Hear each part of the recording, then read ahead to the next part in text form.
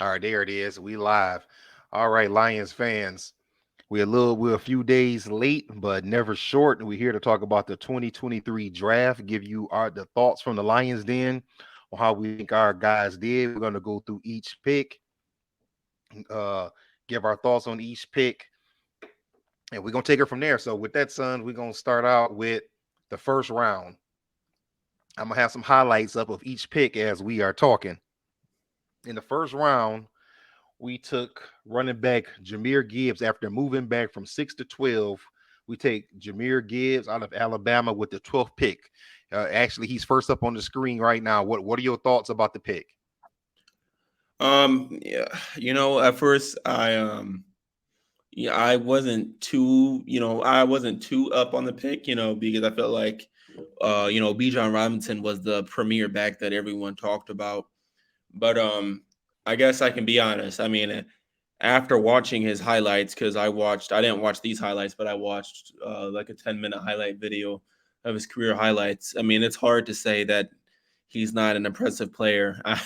I mean, pretty much this guy can make one cut and he's pretty much out of there. I mean, who's the star guy at Michigan? Is it Donovan Edwards or Donovan The Mitchell or running something? back, Yeah. Blake Corum. See, I thought Blake Corum was the best running back in college football.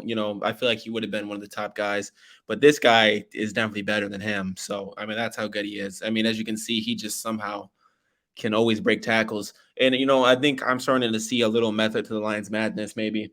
Yes, I think this guy obviously is going to play a little receiver. At least I hope he plays some receiver because, yes. they didn't really take a receiver till late in the draft. And then I know you'll talk about the other guy, but even Sam Laporta, I didn't realize he can actually play receiver too.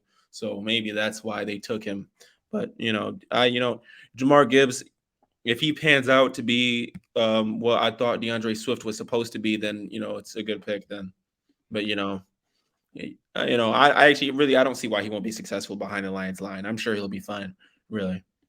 I'm gonna have to agree with you on that. I actually read an article just today on ESPN, and the guy who wrote the article said that the Detroit Lions went into this draft with nothing but the playoffs in mind. They weren't planning for down the road. It was all about the playoffs. And I'm going to give my thoughts on Jameer Gibb. I agree with you. B. John Robinson was sitting right there at 6. I don't know what it was about him that we didn't like, or if it was the fact that the Lions just wanted to get those extra draft picks. But Bijan Robinson was sitting right there, and they still went back and they got Gibbs at 12. And Gibbs himself said that he was actually very surprised that the Lions, gave him that call at 12. He thought he was going to go in the 20s, but he was very surprised. But the thing is this, they're already saying that Ben Johnson is they're already saying that Gibbs is also he's a weapon. He's going to also line up at receiver. He's going to catch balls out of the backfield. And as you saw in the highlights, and as others have said, he is hard to bring down in the open field because he is so elusive. He's very fast. And I think that he's going to be everything that DeAndre Swift, excuse me, did not end up being. DeAndre Swift was good. We love Swift, but Swift was not, in my opinion, dangerous enough in the open field. He didn't turn it up when he could have and should have. So I think that this is going to be a great pick coming out of the backfield. He's going to hit the outside. Probably you're going to see David Montgomery hitting in between the tackles. You can mix in a little Craig Reynolds and Justin Jackson in there, and that's our running back spot. And of course, after that pick was made on day 2, DeAndre Swift was traded to the Philadelphia Eagles. So that's going to be our backfield going forward. Let's move to the second pick in the first round. Linebacker Jack Campbell out of Iowa. Inside linebacker, 6'5", 250. What's your thoughts on Jack Campbell? Yeah, I mean, I felt like it was another okay pick, especially when I was first seeing him, because I just didn't really see the reason for the Lions to get another Anzalone type linebacker. But Mhm. this is another guy that I looked at more, and like I looked at him more in depth, to be honest. And he actually has had some athletic plays. I saw he had a one-handed interception, and he has some fumble recovery return, fumble recovery returns for touchdowns. Right. But I mean, I still think that they reached to pick him. I mean, in my opinion about the Lions' first two picks, to me, they're gonna have to be like I think Jameer Gibbs was almost gonna have to be offensive rookie of the year for me to say that it was a really good pick, and I Right. really think the same with Jack Campbell. I mean, I think he's probably gonna have to be one of the best. Like I think he's gonna have to make an impact immediately for me to say that Right. um, it was worth them picking them. I mean, I guess you could say that for any first round pick, but I mean that especially because how people felt about them picking them so early. Yes. No, I mean, I think it's a pick that it could turn out well. I mean, I could still see him getting torched, when a fast tight end's running across the field, but I guess we'll see. I agree. It's interesting that once he was picked, a lot of people were saying that he's actually faster than he looks. His lateral, he's fast on a straight line. He's got good lateral quickness, and he's decent in recovering tight ends.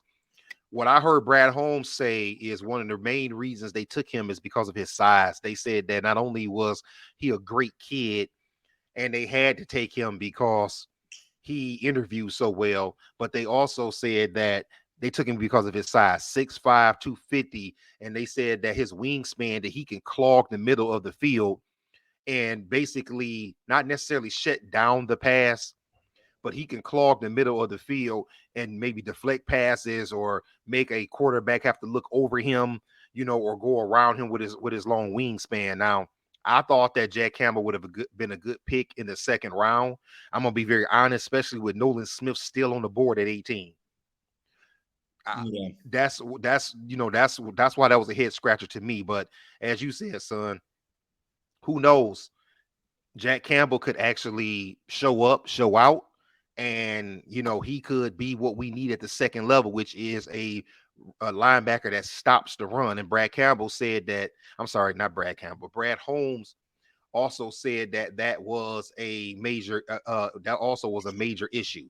That they wanted somebody who could stop the run at the second level and not let running backs get to the cornerbacks and the safeties. So, with that being said, maybe that is, maybe that is why they took him. Uh, maybe he is everything that they said he was, and I guess we'll find out. But I mean, if he gets in there and he starts shutting down the run as they say he will, I guess we'll have to wait and see. With that, so no, we'll go back over. You know what we're gonna do? We'll do our grades, son, at the end. We'll go over each pick, and we right now we'll give our thoughts. We can give our grades at the end. We had two picks in the second round. With the third pick in the second round, we took tight end Sam Laporta, 6'3", 245 out of Iowa. We kind of figured a tight end was coming somewhere. What do you think about Laporta? Oh, that's who we took with the first pick in the second round. Yes. Oh, okay. Um, like I said, I honestly I don't really like that pick either. I mean, it's only because I mean I don't know. They're taking a tight in the second round, but you just got rid of T.J. Hawkinson. So like I keep saying with that, other than that, you want a cheap tight end that can be in the flex. I just don't get the point of getting him. I mean, I don't know. I guess I guess that maybe that's why he's cheaper than T.J. Hawkinson. Right. Right.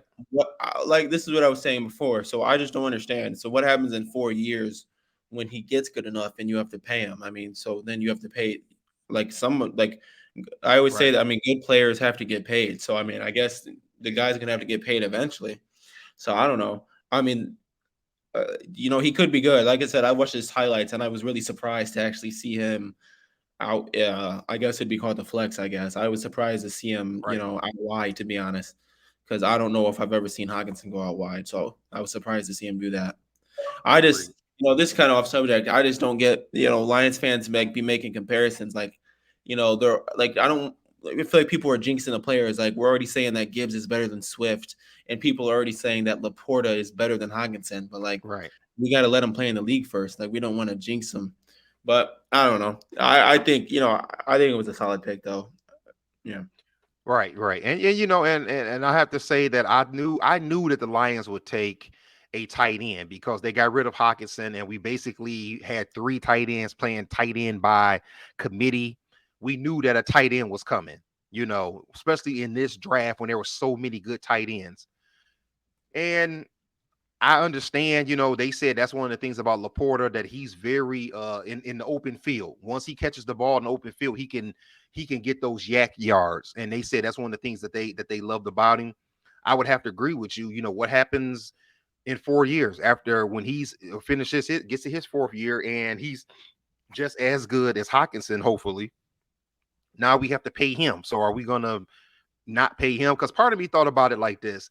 To be honest, I'm gonna give the kid a chance, but I thought about it like this. We really traded Hawkinson to basically just get a rookie tight end.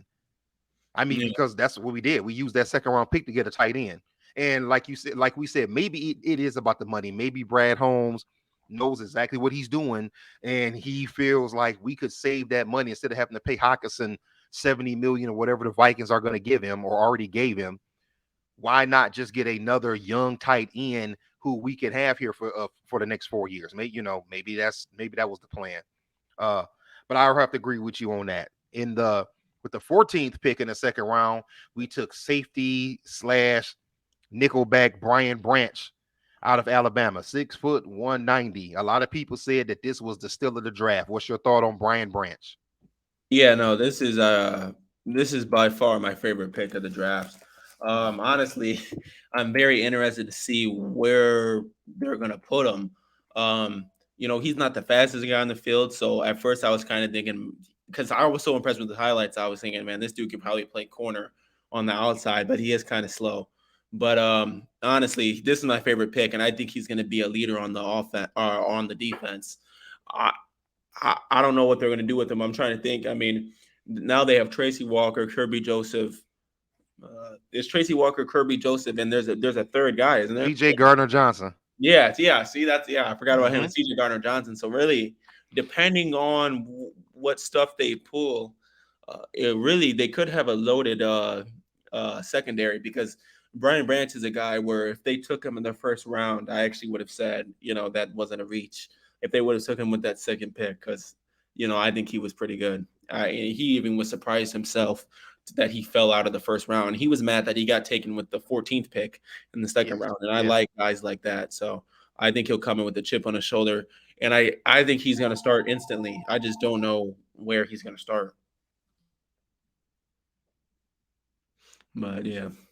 And then I don't know if they took Hendon Hooker with the next pick or not. I don't remember. But Nope, I'm gonna get to that in just a second. I My thoughts on Brian Branch are I do think that it was our best pick out of all of the picks. I think that he's going to play in the nickel mostly.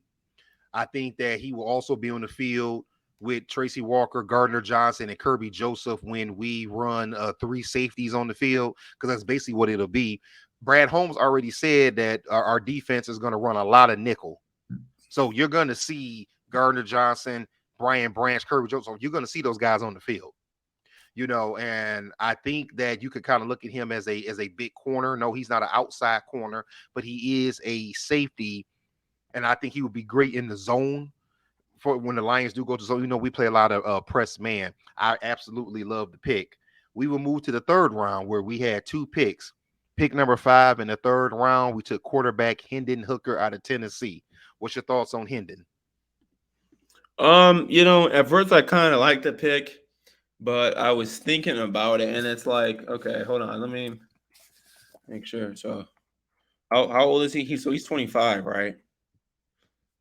He is 24, if I'm not mistaken, but I think they said he'll be 25. Yeah, probably really soon. Cause Yes. I mean, I guess, I mean, I do like the pick, but it's just, did they draft him to be a second stringer forever? Because I mean, he's 25, and you're saying you want to re-sign Jared Goff. So when's he gonna start? When he's 30? Like, I guess I don't know what they're planning on doing with him, but I do like the pick though. I mean, I like him as a quarterback. I didn't realize he was actually that good until I started watching this film. But I don't really know. I Hmm. don't know if he's a starter, and I don't know. I Right. don't really know what their plan is with him. I So, think I think the Lions' plan is that Hendon Hooker is probably not going to see the field this year.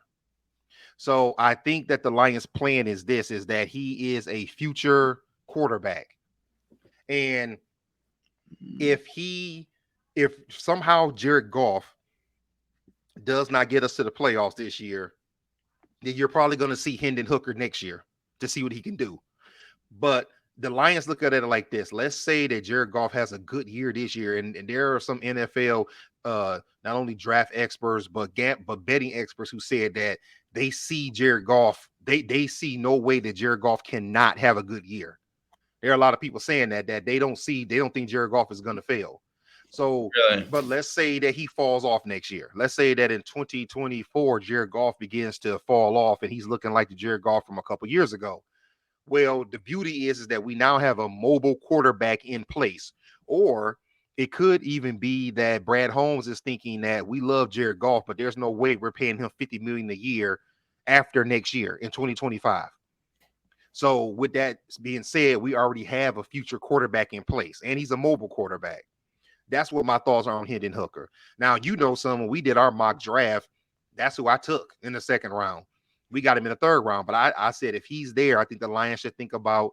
I didn't want to see a quarterback in the first round, but let's take Hendon Hooker. And I don't know. I just think that we're not going to see him this year. I know they said that he'll be ready for training camp, but I don't think we'll see him. So that reminds me of something. What's up with Teddy Bridgewater? Did he sign with anyone, or is he still hanging out there? Sure. Like you said, I thought he was trying to sign with the contender, or what he thinks is a contender or something. I don't know. Okay, I'm asking because I do think that we still need to get a veteran backup in place. That's honestly what I think, because you know, I don't think Hendon Hooker's going to see the field this year. That's just my thoughts on him. Now we'll move on. We go to the third round. Oh, I'm sorry, we already in the third round. All right, with the 33rd pick in the third round, we took Broderick Martin, 6'5", 337 defensive tackle out of Western Kentucky. I'll be honest, I didn't know anything about Broderick, but I'll read to you what it says about his pre-draft and post-draft analysis. His pre-draft analysis, people said Martin is a massive tackle who is tough to move off the ball with one blocker. And he has long arms to stack blockers, and he flashes the ability to disengage in time to make the play. His pad level is inconsistent, and Martin can give too much ground when he gets double, but he has active hands and he's quick for his size. However, Martin doesn't have the closing burst or change of direction ability to get to the quarterback with any kind of regularity. And his post-draft analysis says the Lions could have gone defensive tackle at either selection in the first round, but they opted to wait on the position until round 3. Martin will be the team's future at nose tackle, and he has flashed exceptional upside with his length, short area quickness, and strength. He's a work in progress, and he's nearly 24 years old, but he has potential. That's what they say about Broderick Martin. So, what are your thoughts about our third round defensive tackle run stuffer? I think that's why it was a reach in the first round to not get Jalen Carter. Mm-hmm. I mean, I know Jalen Right. Carter's 30 pounds less, but I guess, I'm saying it was a reach to not to get those guys, because then they had to opt to get, a guy that might have that, a guy that might never pan out. That is Right. what you Right. think is a deep tackle, right? He's a D tackle. Yes. A big one, Yeah, too. I don't know, because Like you I don't said, know that he much. may not pan out. Yeah, so I don't know much about the guy. I mean, yeah, I don't know. I think it's an all right pick. I doubt he's going to be the star guy for the Lions. I think it's still going to be, who is our D tackle right now, McNeil. Aleem McNeil, who's also a nose tackle, by the way, because he's about the same size. We Yeah. have Isaiah Buggs. What I think, son, is I think that we're going to see a lot of like Kaminsky at D tackle. You know, Okay. he's kind of what is Kaminsky, about 270 DN. I think that we may see some of that at D tackle. That's what I'm starting. That's what I think. Maybe even some Pascal. We may even see him at D tackle a little bit. I think we're going to see some of that at D tackle. That's what I'm thinking. Because Broderick Jones, I was hoping he came up while we were talking, but Broderick Martin. That's really what he is. He's a no stuff, and that's fine. You could put him there next to McNeil and plug the middle. You're just not going to get any pressure to the quarterback up the middle. So I'm going to agree with you on that. We didn't have a fourth round pick, so let's move to the fifth round where we took offensive. I'm gonna say offensive lineman because I don't know if he's going to be a tackle or guard yet. Kobe Swordsdale out of William and Mary. What's your thoughts on him? Oh, I have no thoughts. I'm sure. I That's just a Dan Campbell pick, I'm sure, because he just seemed like a big country fed boy. So yeah, I have no thoughts. I just think that's a good depth pick. Depth pick. Yeah, he's a good depth pick. Who knows? He may be. Here's our guy Broderick Martin right here. He's a depth pick who could surprise, who could come in and challenge for that right guard spot. I'm not exactly sure. I was looking at I looked at his highlights before, and I was looking at his highlights on here as you and I were talking. But I agree with you. That's a depth pick. And then we had no 6th round pick, but we did have a pick in the 7th round. We took a wide receiver, Antoine Green, out of North Carolina, 6'2", 199. Let me see. They don't have a post draft. Here's our guy, Colby, right here. They don't have a post draft analysis, but let me tell you what it says about Antoine Green pre draft analysis. It says Green ran well at the combine and appears even faster on tape. He separates late, tracks the ball well, and doesn't blink with safeties closing in on him. He flashes, but is not as much of a threat after the catch and is not as polished as a route runner at this point. That's basically what it says about him. Uh, yeah, yeah. I mean, I also, I mean, sure, I like the pick, but they should have got a receiver earlier. They should have got, I wish I could look at the board. And they should have got. I One of mean, those I'm not boys out trying. of Tennessee. Yeah, exactly. Hmm. I'm not trying to say Aaron McJeff was just perfect, but I mean, I think they definitely could have got one of the boys from Tennessee because I know they all went, or two or three of them did.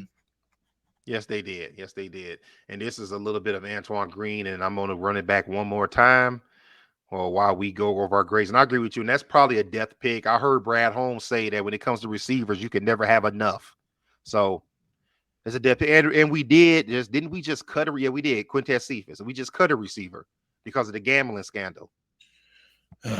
Yeah, So I wish they and I would like and I have. actually like Quintez Cephas.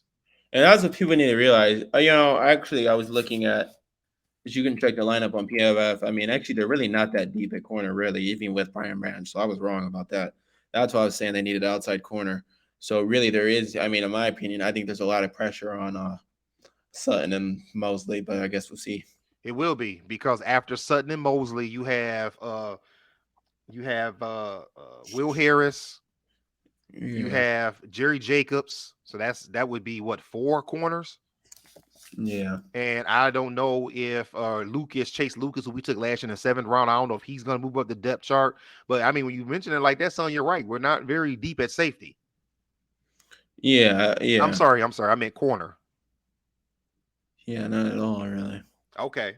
Well, let's. There is something I wanted to actually bring up. I mean, they're really. Oh, what you got to say? No, I want to bring up a couple of our UDFA's that stood out to me, and I wanted to get some just a couple of thoughts on a few people. I read an article about the Lions undrafted free agents and who did all of these Detroit writers think would make the team. So there's a couple of guys that stood out to me that I want to mention. Running back Muhammad Ibrahim out of Minnesota. He's one of the guys that a lot of the local reporters said they think will make the team. And and I want to get, and I also want to bring up quarterback Adrian Martinez out of Kansas State. So those were two UDFA's that stood out to me. I'm not sure, son, if you're super familiar with those guys, but I'm not. Adrian Martinez is a mobile quarterback. If I'm not mistaken, I thought he played for Nebraska a couple years ago. If I'm thinking about the same Adrian Martinez. What? And Ibrahim, I am a little familiar with him. He's like 6 foot 210, something like that. But there's a lot of people who think that he probably out of 10 writers, 8 or 9 of them say they think he will make the team out of all of those UDFA's. Well, that's what you're talking about, Andrew Martinez, right? No, I'm talking about Muhammad Ibrahim, the running back. Yeah. Yeah, because I was gonna say I think that the only thing I know about him is I saw the same thing about him, like you said, that he actually like might make the team. Okay. I just want to throw those out there. Okay. So we're gonna wrap this up by giving our grades. I'm Go sorry. ahead. You want to add something? No, I just thought he was in a show called it's like it was a show for quarterbacks. I thought called the Elite, like the Elite 12 or something, the Elite 11.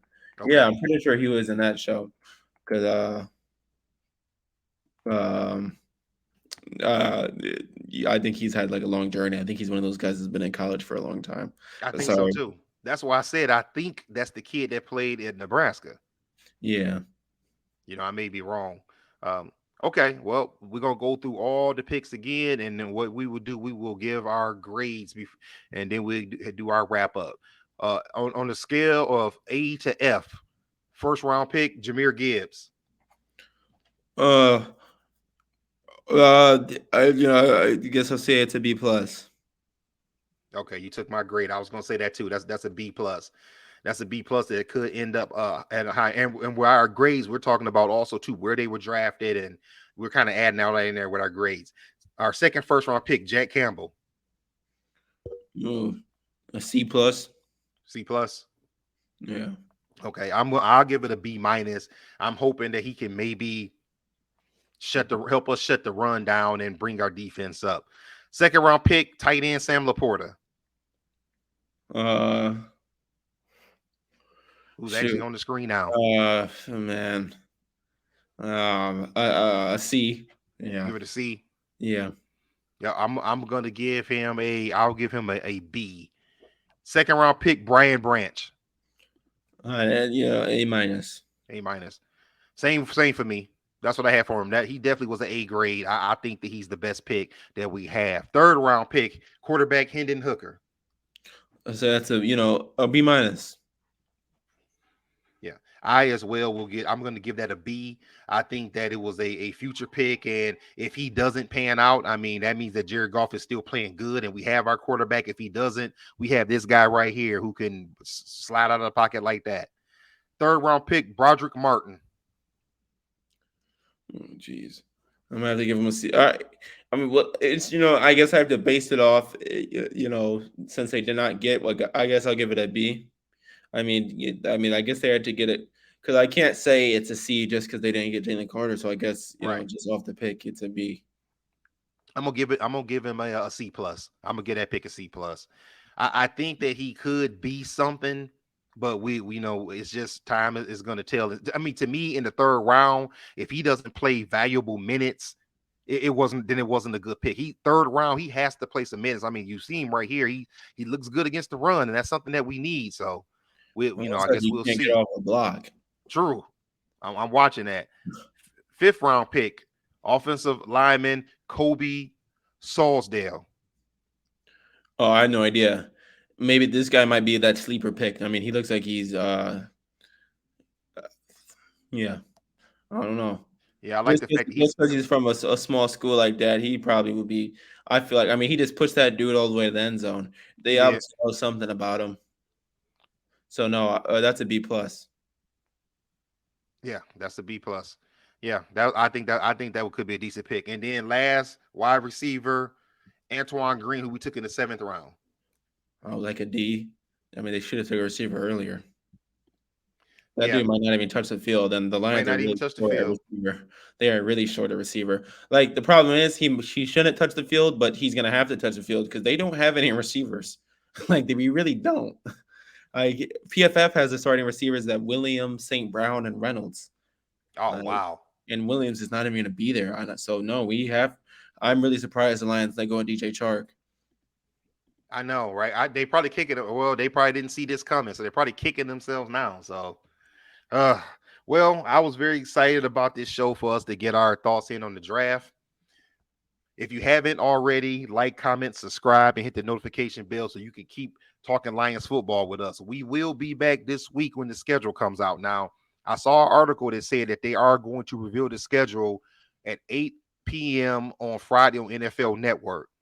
So I don't know how long that show is going to be. I would say that we're going to be live during the show, but we may just actually wait until the schedule comes out because if they're going through all 32 teams, uh and I think they Yeah, may do it week by week, but really we're more focused on the Lions schedule. So we may yeah. I wait till was we see hoping the they would announce schedule. prime time games first, maybe, but maybe they won't do that. They may not, right. But either way it go, we're going to be back and talk the schedule because we're very excited about the schedule. Am I forgetting anything, son? No, I don't think so. Just try to comment down below how many primetime games you think the Lions would get this year. Oh yeah, that's a good one. That's a good one. Yeah. Yep. Well, let's give ours real quick. I'm gonna go counting Thanksgiving. I'm gonna go with 3. Wait, is Thanksgiving always considered primetime? Yes, because it's a Dang, Thursday game. I literally was gonna say 3, but dang, because that's what I think it really will be. But I'm gonna go ahead and say 4 though. I 4. think it will be 3 probably though. I think they're gonna definitely have more than one. They'll definitely have more than one. I agree with you. I think that we're gonna have Thanksgiving, and I think that we're at least gonna get a Thursday night. I wouldn't be surprised. No, I think the Lions are at least gonna get a Monday nighter, and either they're gonna get a Thursday, one more Thursday, or Sunday nighter. I wouldn't be surprised if they. I'm not gonna lie. I wouldn't be surprised if the Bears were somehow decent and they had a primetime game against them. I don't know. Well, I And that guess would, it's yeah, yeah. You know what? That wouldn't actually would be a bad game. Yeah, yeah. that would not be a bad game against the Bears. So, well, that's pretty much it for that. That was our thoughts on the draft. Yep, that's all we got. Holler at y'all in a couple of days. Peace. Peace.